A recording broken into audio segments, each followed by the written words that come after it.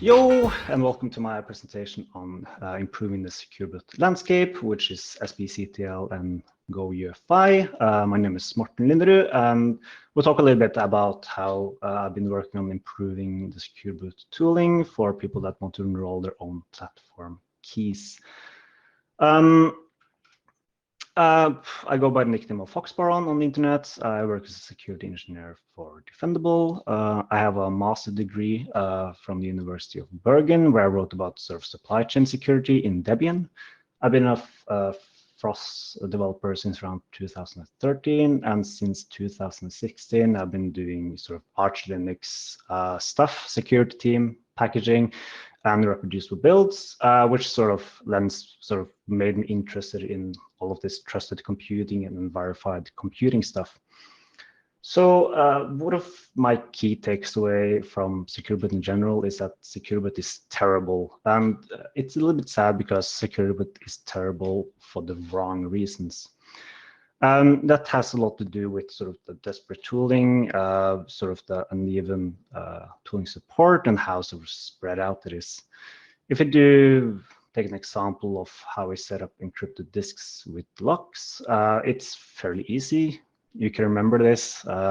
You don't need like read 20 pages of a guide to understand how this works. And it's fairly consistent. You don't really have to care much or think too much about it. Meanwhile, if you try rolling your own secure boot keys, that gets a bit more complicated, because if we do OpenSSL, we need to do first to OpenSSL to generate 3 sets of keys. We then need to generate the GUID that is our identity for this secure boot setup. We need to do an EFI list. We need to sign this EFI list, and then we sort of update this to our variables, or we do this key tool thing. And all of this is something you can piece together if you either try reading like 3 different wiki pages, or have the patience to read like 10,000 words on how to use all of this. So it's far from easy. And a lot of the current available tooling is sort of has overlapping capabilities. So EFI tools can't sign binaries, but SB-sign tools can use it. And a lot of guides mix these 2 toolings, even though they do partially some of the same. And then you have OSSL sign and p-sign, which both does signing. And then if you do shims, you have mock-util, but some people don't really understand the difference there either. So it's a lot of tools. It's hard to navigate. Some of these are documented, some are not documented. And they also carry like no code use between them. They're written in C. They implement all of their parsing separately. And that's not necessarily a good way for users to interact with the ecosystem. So last year during the pandemic, I was a bit bored, so I did the only sort of same thing a person would do, and that's downloading the UEFI specification and essentially like writing my own library, which obviously helps. So that sort of gave me Go uefi, which is my attempt at sort of writing some abstractions around the sort of EFR, FS user space file system in Linux. So today it sort of re-implements most of SB-sign tools with a reusable library. It also has integration tests with TianoCore and QEMU, so I can verify that the signature stuff and all of that works with different versions of TianoCore. And it also has all of the abstractions you need for signature databases, signature lists, and then PKCS7, which is used for the code signing in EFI. And all of this actually works after a lot of work.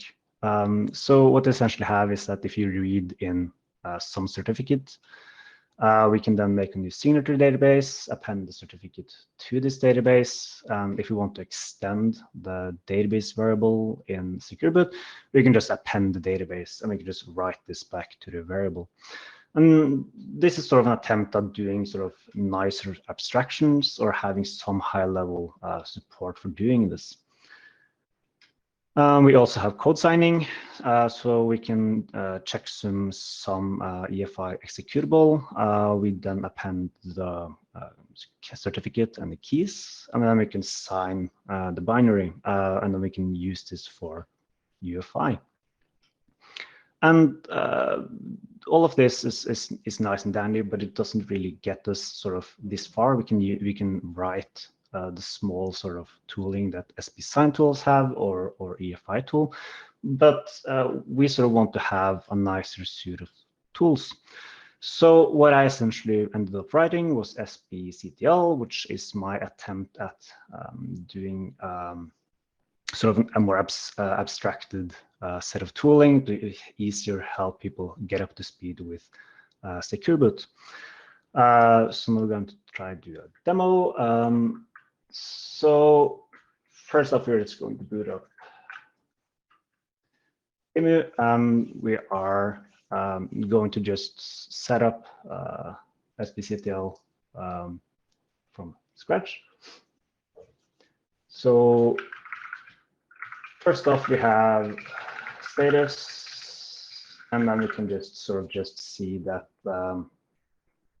sbctl is installed. We have generated keys for it. We are inside setup mode, and we then have Secure Boot. So if we do create keys in this instance, we'll see that we have already created some keys because it takes a little while. Now we're just going to quickly enroll these keys, which is going to set us out of setup mode. It also has sort of some support for JSON output, so it's easier to parse for external tooling if you don't want to do the human readable text to parse it. So now we're going to sign the kernel.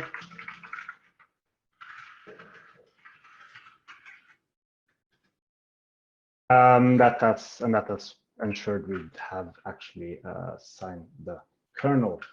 So now we're going to quickly reboot this setup.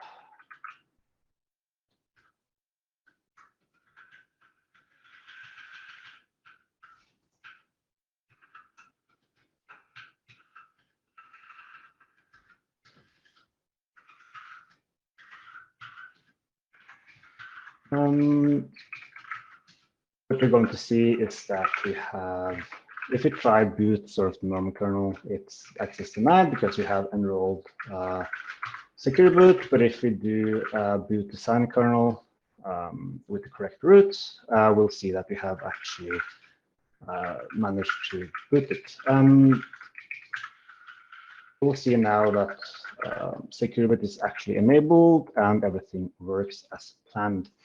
If we also sort of want to later on enroll the Microsoft CA on the system, we can just do ignore the immediate class. We're just going to enroll the Microsoft CA, and that's also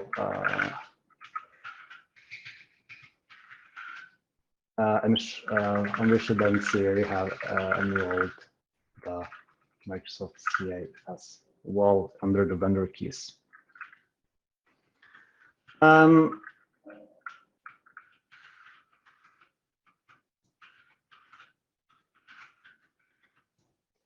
this is sort of an attempt at doing proper Secure Boot tooling for users, which should be easy to use. So one of the main challenges of enrolling our own platform keys, though, is what's called option ROM. And that's because Secure Boot doesn't in itself actually only authenticate the boot targets which you boot, which is the kernel or bootloader. It also attempts at authenticating the different ROM files which is on hardware. And usually people sort of have two solutions to this. We can do this shim, which enables us to not have our own platform keys, or you can do sort of enroll your own Microsoft UEFI certificate authorities. But the issue is that people don't necessarily want to rely on the Microsoft UE certificates because some people have different threat models. So one of sort of the ways that which we have been talking a little bit about is using the TPM event log, because the TPM event log actually does record all of the boot service drivers, which is loaded during the UEFI stage. So Trammell Hudson actually investigated a little bit and actually managed to sort of find the correct checksum for the E3000 ROM files, which he used in QEMU, and actually managed to find it again on the TPM event log. And this is useful because on a modern sort of Lenovo ThinkPad, there's like 11 different operams in the standard install, and all of these are signed by the Microsoft UEFI certificates. So you can't sort of extract them, sign it yourself, load it back up again. But it's still a bit tricky to try test all of this because something might change. You're not sure if this will actually work or not. So I did some casual investigation on Reddit, and I actually managed to find one person that had bricked this laptop with the NVIDIA card, managed to read the TPM event log, and then actually extract the checksum, append it back to the DB table, and it actually booted afterwards. So it's probably a nice idea to try use the TPM event log for this. There's also some audit mode stuff for UEFI, but it's not sort of exposed to the user space in Linux. This is sort of the only way from user space, at least, that we can detect option ROM and hopefully actually take a stab at sort of not having to enroll the Microsoft CA every time there is this on modern laptops. So this is sort of where we're at. sbctl still has a lot of work left to do. I wanted to get into some configuration support. I want key rotation on it. It would be interesting to sort of have sbctl as another front end for the shim and try to replace mock util stuff and actually have it do the sort of the user signatures used in that mode. There's also some upstream Linux patches, which is intended to support loading the UEFI secure boot keys into the kernel keyring, so you can do kernel module signing, and having that sort of some way integrated into sbctl would be nice. For Go UEFI, I want to try a reboot UEFI boot manager because UX is horrendous, and it would probably be nice to have something more modern on that end. The also interesting part about Go UEFI is that it uses the crypto signer interface for secure boot, for the signing in operations. So better support for TPMs or PIV for hardware security modules would be nice. So I have a POC which sort of creates a key in the TPM, is enabled to sign stuff, create a tpm.signed file, and you'll actually see that it's properly signed from the TPM. Having this better integrated into Go UEFI and sbctl would allow us to have better secured keys, because the current sort of guides only does unencrypted keys on people's systems, and if you don't have an encrypted disk, that's sort of fairly useless in many cases. So having better support for TPMs or PIV and hardware security modules will help us a long way to get that correct. And this is then using all of the work Google has been going with the Go TPM tools and Go and the TPM libraries which they have created.